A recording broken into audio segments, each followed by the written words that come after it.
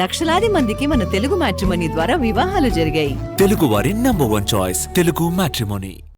తెలంగాణ గట్టు మీద మరొకసారి పొలిటికల్ పంచ్లు పీక్స్ కు వెళ్లాయి. ఎల్కతుర్తి సెంటర్లో కాంగ్రెస్ పై కేసీఆర్ వదిలిన తూటాలు గురి తప్పినట్టున్నాయి. అందులో ప్రాజెక్టులపై ఆయన చేసిన పంచ్కు పొంగులెట్టించిన రివర్స్ పంచ్ ఏంటో చూశాం.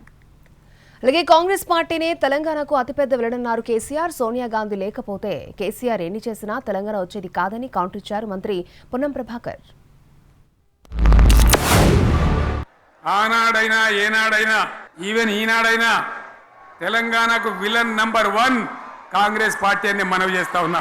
మనందరికీ కూడా తెలిసిన విషయం, తెలంగాణ హైదరాబాద్ స్టేట్ పేరుతో ఉన్ననాడు ప్రజలు వద్దంటుంటే కూడా బలవంతంగా తెలంగాణను ఆంధ్రతో కలిపిన వాళ్ళే కాంగ్రెస్ పార్టీ విలన్ అయితే, ఒకవేళ తెలంగాణ కాంగ్రెస్ పార్టీ ఇయ్యకపోతే కేసీఆర్ 3 చెరువులు దాగినా 100 కేసీఆర్లు వచ్చినా తెలంగాణ ఏర్పడేది కాదు.